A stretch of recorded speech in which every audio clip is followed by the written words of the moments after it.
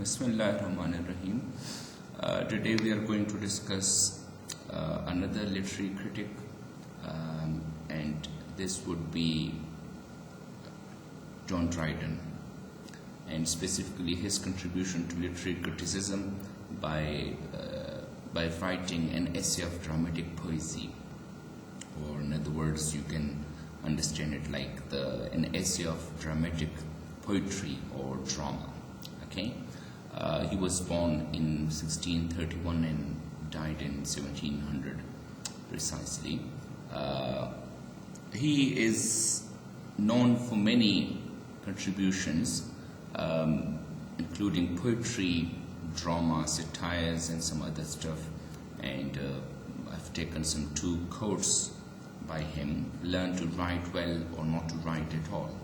A thing well said be wit in all languages." These 2 quotes, we should start with these 2 quotes. Keep these quotes in mind because they mean something. Okay, first of all, let's try to understand the age in which he was born and was writing. Keep this in mind. If you look at the the age, you will see that it is after Elizabethan age, and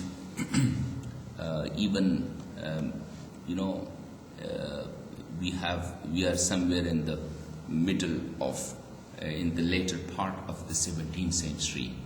Okay, so after Elizabethan age, which is part of Renaissance, the Renaissance is over almost, because Elizabethan age is from 1558 till 1603, and after that we have another age, and that's the Commonwealth age, okay, or Puritan age, and we have Jacobean age, Caroline age, and then Commonwealth period, okay, somewhere from like 1639 till almost 1660. After 1660 AD, we have got Restoration period. Why? Because the monarchy was restored. Okay, and Charles II, who was once exiled, came back to England as a king, and he resumed the place, the crown. Okay, so the throne was given to him. Okay, again, and this was the period in which John Dryden was writing. Okay. John Dryden occupies a prominent and eminent place in English history, and so the whole age is basically dedicated to him. Okay, that's what we call the age of Dryden. Okay, from 1660 till 1700. That's his age. Okay, so and keep this in mind. Like, we have got many different periods or ages which are dedicated to the prominent authors, like Chaucerian age or age of Chaucer, Shakespearean age of Shakespeare, okay, age of Milton, age of Dryden, age of Pope, age of Johnson, okay. So like, when a certain age is dedicated to some author, there must be something behind that. Okay, he or she might have contributed a lot, and this would be the reason that actually the whole age is dedicated to them by literary critics, by historians. Okay, and this is the reason. We could have some other names, political names too. Okay, like Jacobean and Caroline, where actually or Elizabethan age, where the ages are dedicated to some political figures or kings, monarchs. But when a certain age is dedicated to a literary author, so actually we mean to say that we believe that we just get the lens, a literary lens, and by that criterion we dedicate the whole age. So the whole age is basically here dedicated, okay, to Dryden. Like, politically we could say that it is Elizabethan age from 1558 till 1603, but in literary circle that is the age of Shakespeare. Okay, so in addition to poetry, he was a poet too. So Dryden wrote many essays, prefaces, satires, translations of of different Greek and Roman authors, biographies, and even introducing the word to the English language. This one biography, and plays too. He was a dramatist. He was a poet. He was a prose writer. Okay. He was the reviser. He was a translator and satirist and a biographer too. So look at look at this situation. Okay, so Dryden was a prolific writer. He was a professional writer. Okay, who dedicated his whole life to literature.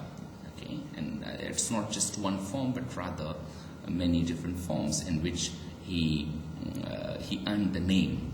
Dryden is considered to be the first literary critic of the first order on English soil and English's first poet laureate. Keep this in mind that he has got the title of poet laureate in 1668. Okay, he was the first English laureate, and he is also considered to be the first literary critic. Though there were two other writers who also came up with some literary criticism, like we have Philip Sidney and Ben Jonson, but actually they are not considered to be critics in the sense that they just accidentally came up with something related to literary criticism. But Dryden laid the principles, set the principles, okay, of literary criticism for himself and for the rest of them. Okay, that's why he has influenced many different authors, including Alexander Pope and T.S. Eliot, and even this Dr. Samuel Johnson is also not exempted. So look at his influence. Okay, he earned many titles like that. So he was the first poet to employ the neoclassical heroic couplet and quatrain in his own work. This is what you have to remember. Okay, that he was the first. Actually, the neoclassical terrain, or this trend, starts with him. Okay, keep this in mind. Before the age before him, that was Elizabethan age, it was actually more romantic. Okay, that considers to be the first romantic period in the history of English literature. Okay, Dr. Samuel Johnson, and you know him quite well. He was a biographer. His contribution is much beyond what we understand him. His two contributions that are reminded to me right now are, one is the authentic dictionary of English language, and secondly the lives of the poets. Okay, in which actually he expounded on the history of English literature and documented and highlighted the lives of all those poets who came before him. Okay, like till mid 17th century. Okay, he was rather in mid 18th century. Okay, so including Shakespeare and Dryden and Alexander Pope and Chaucer, all of them. Okay, so he is also a literary critic. Why? Because the lives of the poets is also a literary criticism. Okay, but what I'm trying to say is that if a certain literary critic says something about someone, so that's step by step that there would be something behind that. So Dr. Johnson called Dryden the father of English criticism in his Lives of the Poets. Okay, because he was the first professional and prolific literary critic who later inspired Alexander Pope, Matthew Arnold, and T.S. Eliot, including himself too. So Dr. Johnson believes that modern English prose begins with Dryden's An Essay of Dramatic Poesy. So this work that we are going to discuss is of seminal importance in the sense that it has given Dryden the title, many titles, including the modern English prose. Why? Because the way he came up with the argument is based on reason and logic, which is basically a characteristic feature of modern prose. So Dr. Samuel Johnson consider him to have refined the language, improved the sentiments, and tuned the numbers of English poetry. That's in his own words. So I've quoted him like here. So you could see that he has, Dryden has refined what? The language, English language. So that's one contribution, improved the sentiments, and tuned the numbers of English poetry. So this was, Dr. Johnson. Now move on to Alexander Pope, what he says about Dryden. Alexander Pope greatly admired and often imitated him, and yes, true. Later we'll study in the later lectures. We'll discuss Alexander Pope too and see how he has been influenced by him. T.S. Eliot also appreciated him for his flexibility in thoughts, and this is really true. We'll discuss this point right now in a few minutes. Okay, the titles that Dryden has earned are like Father of English Criticism, one thing, Father of English Criticism, just like Father of English Literature, Chaucer, so we have got Father of English Criticism. So he has been titled this. And he is also considered to be the pioneer of historical criticism, in which we study a certain text in the perspective of history, and historical background. And he's also a pioneer of liberal criticism. And, as the name suggests, so in liberal criticism, we criticize, but at the same time, we consider the rights of the people too, That's another way. We shall have also one lecture on types of criticism, in which I'll also shed more light on this. Pioneer of comparative criticism, in which we study different text in of different historical backgrounds or historical periods or ages, and see the differences. So he's also the pioneer of comparative criticism. That was all about John Dryden. Now the work that we are going to discuss, that's an essay of dramatic poesy, it should let's have some understanding about this. First of all, it would be a foreword, it would be an introduction, or you can call it a preamble, or a background, whatever name you could give it to it. An essay of dramatic poesy was probably written in 1665, published in 1668, and it was revised in 1684 during the closure of the London theatres due to plague.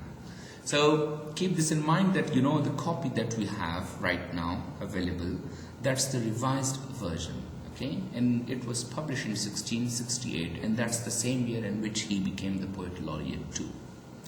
It can be read as a general defense of drama as a legitimate art form or literary form, taking up where actually Sir Philip Sidney's defense of poesy left off, as well as Dryden's own thoughts and defense of his literary practices.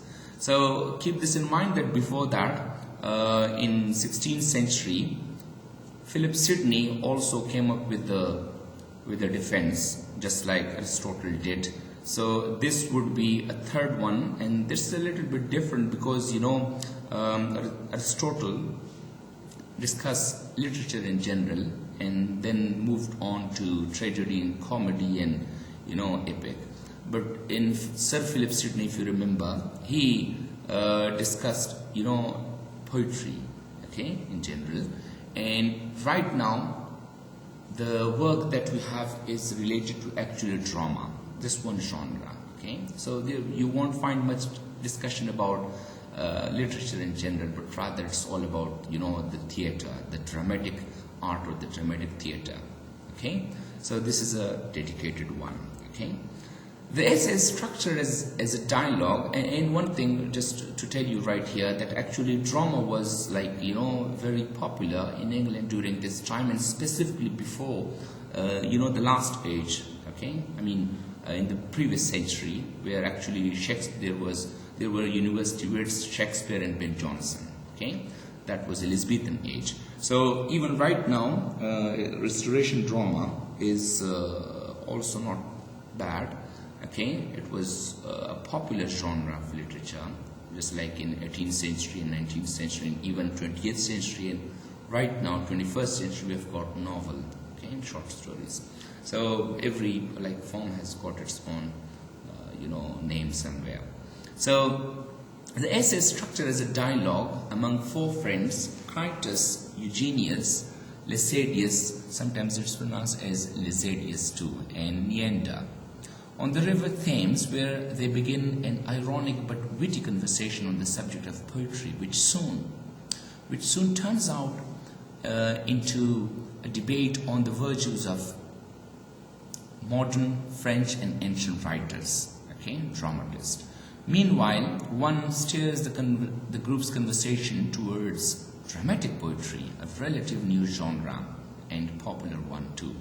Now, keep this in mind that this work is not prosaic in nature in that sense. I mean, it's a drama, it's a semi-drama, okay? Why? Because we have got four characters here, okay? Critus, Eugenius, and Lycidius and Neander, four characters. So basically, superficially, it's a drama, okay? But if you look at, from a deeper perspective, you'll find that it is a piece of literary criticism, okay? And there is also a reason behind that, okay? I'm explaining that too in a while, okay?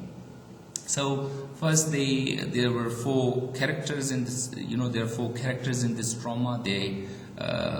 This set up for a journey, okay, on River Thames, okay, and they start a discussion, okay, a literary discussion, okay, in a very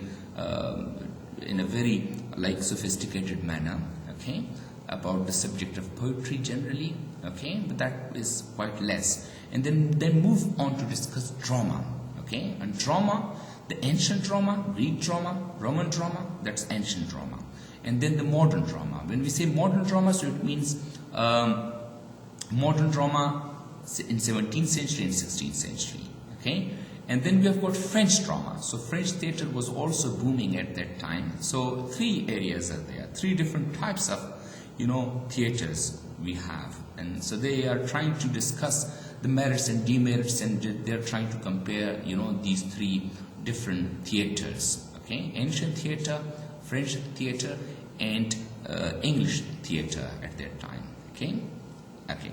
So the narrative of an essay of dramatic poesy has four debaters. They are, the debaters in true sense, among whom Neander is the one who holds the views of Dryden. Keep this in mind, that among these four characters, Neander is the one who is basically whom you can consider Dryden, that he is Dryden himself. Why? Because whatever Dryden wants to say, okay, in totality, that is basically Neander, okay? So Neander is a mouthpiece of Dryden. Neander is what? Actually, in this drama, an essay of dramatic poesy, is a mouthpiece of Dryden, okay? And he will also conclude the whole discussion later, okay? So let's see. In the late 17th century, keep this in mind, okay, 17th century, mid 17th century, okay, and even later half, okay, the later half of the 17th century, when Shakespeare was no more alive, and almost some 50 or 60 years had already passed. Shakespeare was severely criticized for his careless attitude towards the mixing of genres. Keep this in mind, that after Shakespearean period, okay, Shakespeare was brutally criticized in 17th century as well as in 18th century, okay. So, and what was the reason? The reason was that actually Shakespeare violated the classical rules, okay, in two perspectives. One is that of violating the classical unities, unity of time, place, and action. And secondly, Shakespeare had mixed tragedy and comedy together. Okay, otherwise in classical, canon or classical rules, okay, about writing dramas, it was not a canon to mix drama. Either it is a tragedy or it's a comedy. Okay, but a drama may not have both of the elements. Okay, so Shakespeare violated these two major classical rules. Okay, and this was the reason that actually he was bitterly criticized. That's why this age is known as Neoclassical Age. Okay, Neoclassical Age is from somewhere from 1660 till almost like 1770. Okay, first it was Elizabethan Age, which was Romantic Age in nature. Then we have got Neoclassical Age after that.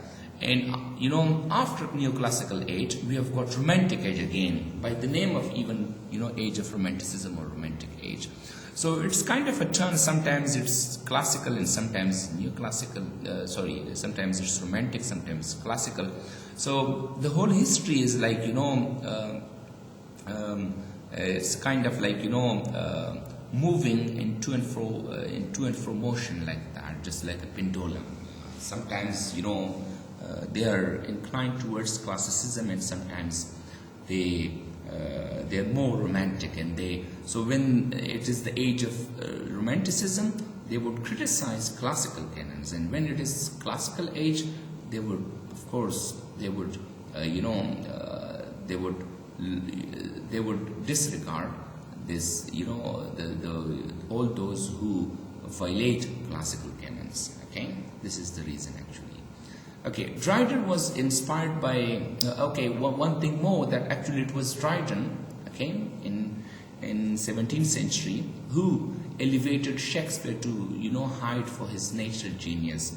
In the end of this book, an essay of dramatic poesy, Neander, who is basically Dryden, will praise and admire Shakespeare, okay, unconditionally.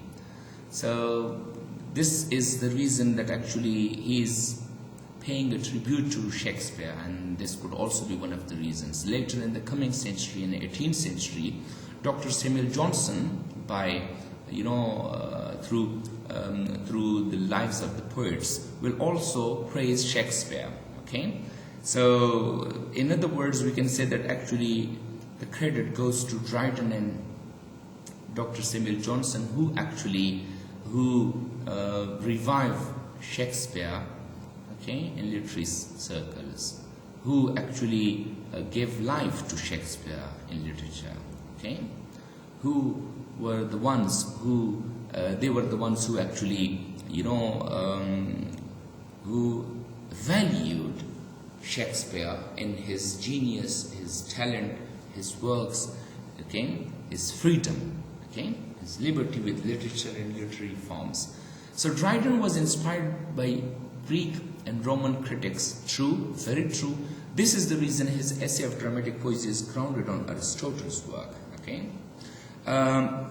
if you remember, Plato's and Aristotle's works were in dialogues. Okay, that was the popular form in that sense, and this is the reason that Dryden in 17th century chose this form, okay, dramatic form, okay, for his defense. Okay, so it's not just a prose, it's a drama, okay, dramatic form, where actually there are dialogues, and through dialogues, they will have debate. Dryden will tell us what drama is, what literature is, and what the rest of the canons are. So essay of dramatic poesy is a whispering tone which loudly marks life in literature of the time, and that's very true. Written in, when you read dramatic poesy, an essay of dramatic poesy, you will find one thing that actually, you will see what kind of mentality there was about, the life and literature of England at that time.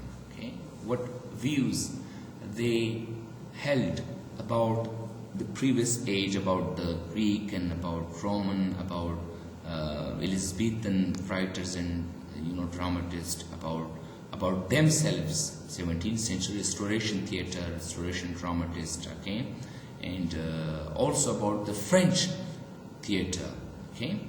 Written in the dramatic form, the chief purpose of the essay was to vindicate the honor of our English writers from the censure of those who unjustly prefer the French. Beforehand, I shall shed light on the purpose of this essay, okay, or semi-drama. Dryden was a nationalist, okay, he was a poet laureate, and strangely enough, he would support whatever kind of government it was.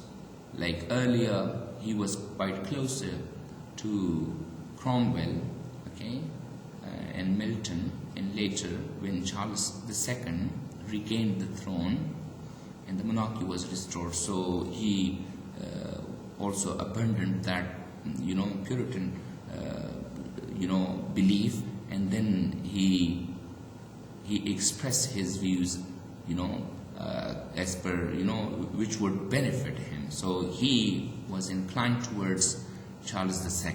Okay, so he wanted to be in the good books of the the government or the authority.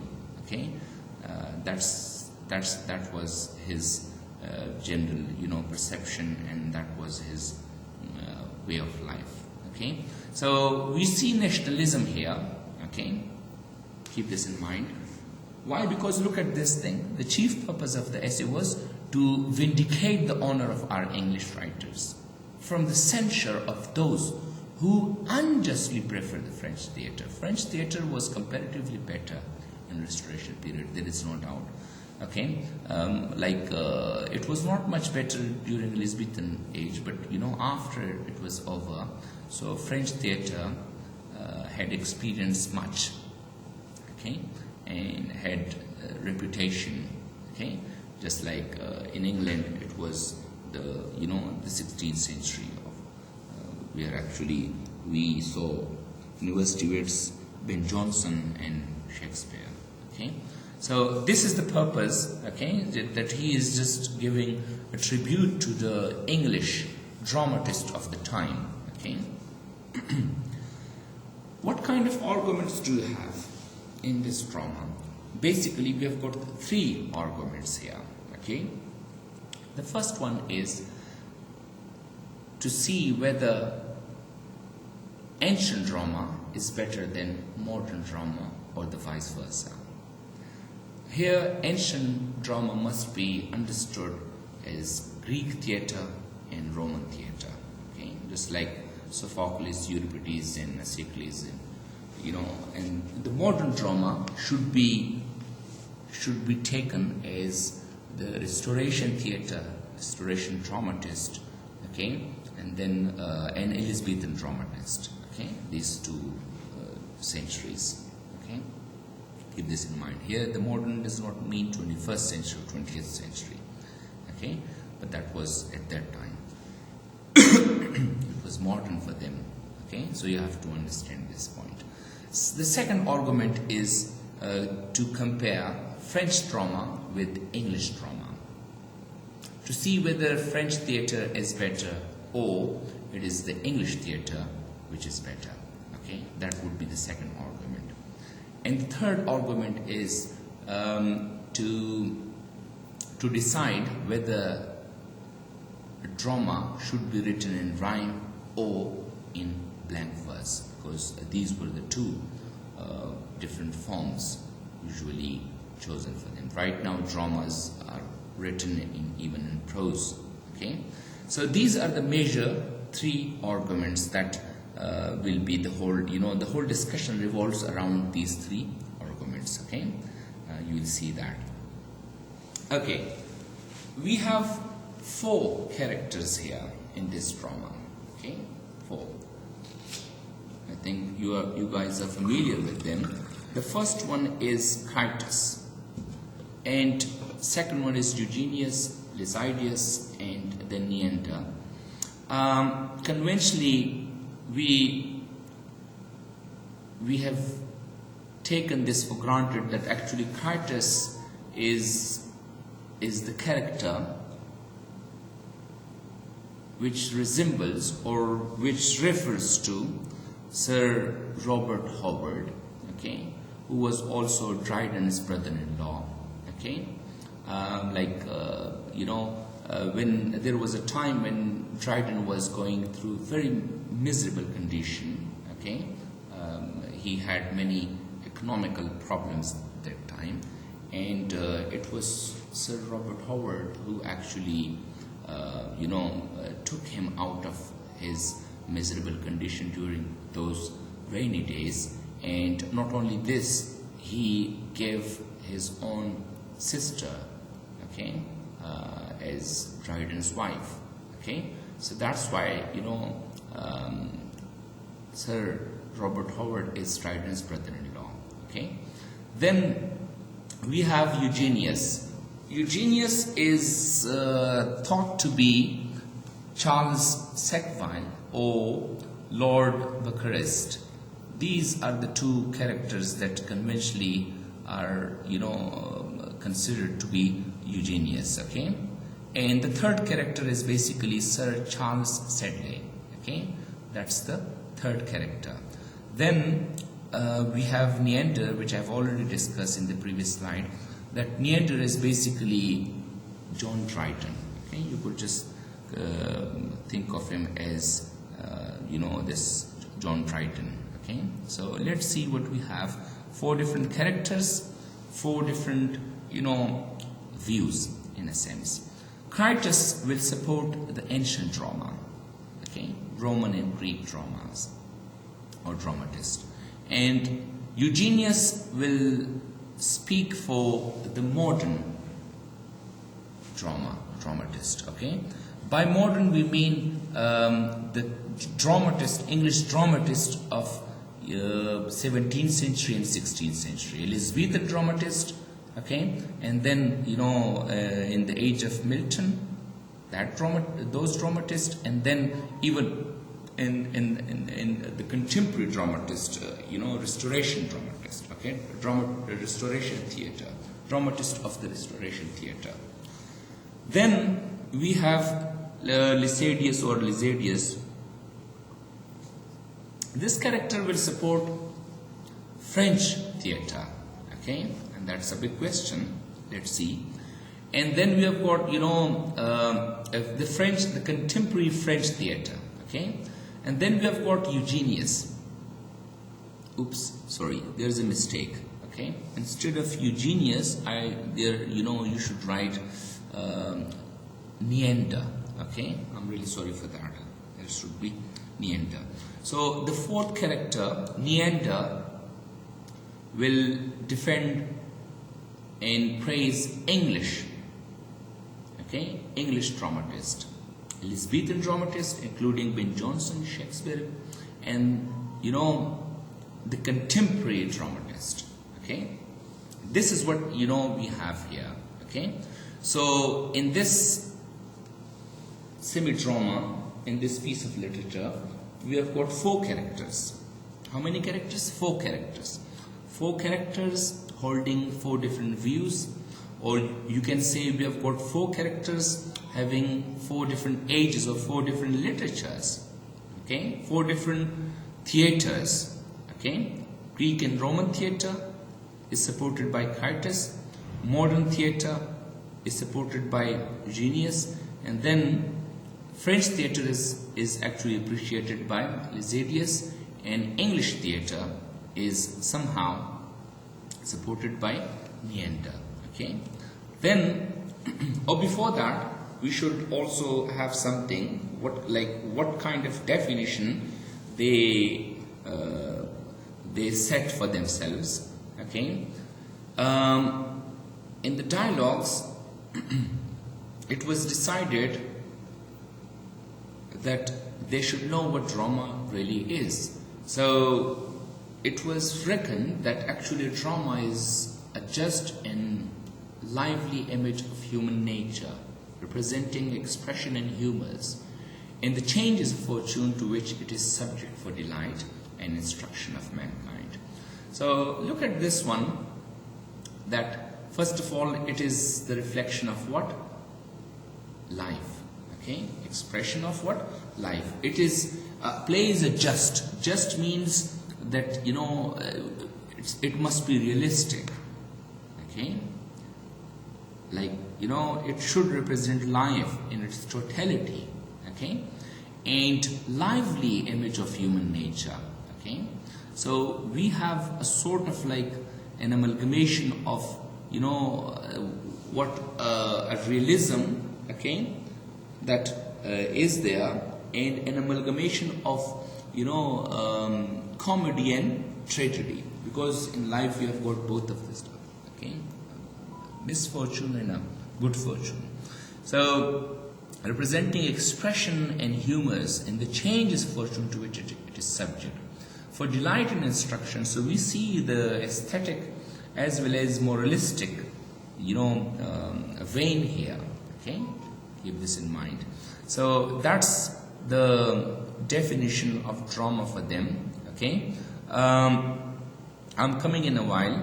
Okay, we'll have the discussion right now in a while, because I cannot send you, you know, a video of a heavy video. Okay, I want it to be short, so that's why this lecture will be covered in two different parts. Okay, so this is for now. Right now we will have the views, okay, held by each one of them. We'll have the discussion. The crux will be inshallah in the next video lecture, which I'm going to send in a while.